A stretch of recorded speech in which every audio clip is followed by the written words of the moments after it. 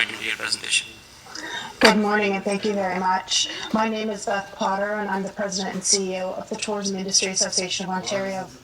In previous appearances, before the COVID-19 pandemic, I have championed the Ontario tourism industry, a rapidly growing sector of our provincial economy, worth over $36 billion and bringing in $5 billion in provincial tax revenues, and as a catalyst for economic growth. A sector that in March of this year represented over 200,000 businesses and over 400,000 jobs. But since COVID-19, those businesses, jobs, spending, and tax receipts, and thus the livelihood of Ontarians, have faced an existential threat. We've already lost nearly 200,000 jobs, and many businesses face bankruptcy. The collective efforts and sacrifices of Ontarians across our province in helping to flatten the curve have given tourism businesses a glimmer of hope. The relaxation of some rules and the phased reopening of our economy has prevented the shutters going up permanently on many SMEs.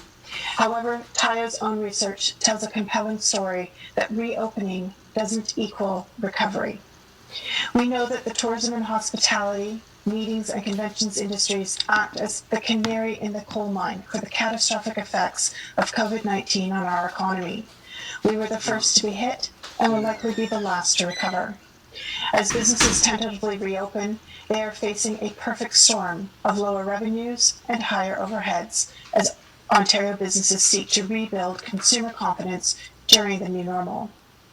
Tayo has written to Minister McNaughton requesting for him to postpone pending changes to the Employment Standard Act that would remove the extension of the temporary layoff period that was enacted through the infectious disease emergency leave provision, due to expire on September 4th.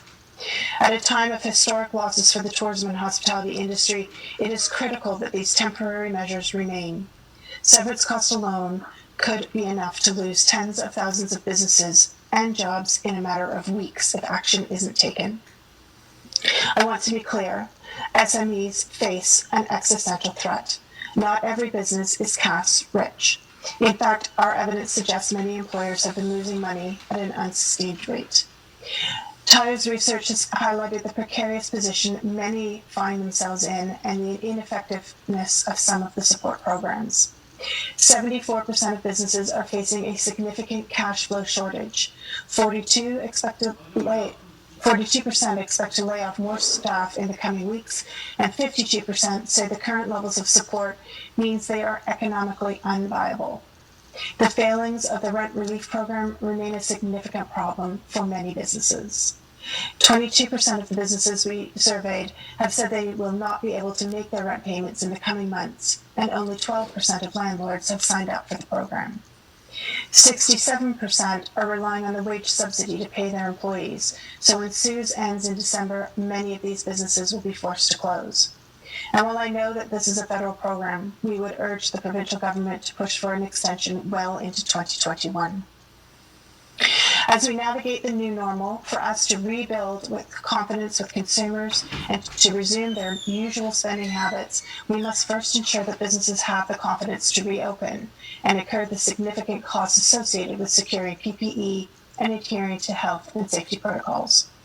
Within the industry, there is confusion as to why shopping malls can reopen, but amusement and water parks cannot. Why museums can admit over 50 customers, but some attractions can't open at all. Convention centers, as well as hotels, are desperate to reopen meeting and exhibition spaces so that they can recoup lost revenues and protect jobs. The tourism industry is at the cutting edge of innovative problem solving, with timed tickets, physical distancing, and phased usage. We could safely start to reopen more of our economy. Ontario's status as a world-leading tourism destination is not guaranteed. The rapid expansion of the tourism industry and the revenues and job creation that followed could be lost because of COVID-19. Our competitors are currently investing heavily into the recovery of their tourism industries. They are investing in the solvency of their businesses, into capital expenditures to help businesses adapt to the new normal, and a combination of tax and permit reliefs. We need an economic stimulus package that helps to keep tourism businesses solvent over a 12 to 18-month period. To defend a $36 billion industry, we need a government program of dedicated, forgivable, and grants and loans. We need a capital expenditure program that businesses can apply to help meet the costs of PPE and physical distancing. Permits and license costs should be cut, and tax credits for expenditures associated with meeting new health and safety protocols introduced. We need targeted financial support for attractions that have been unable to open even in stage 3. And we need a tax-based incentive for Ontarians to rediscover our province and support local.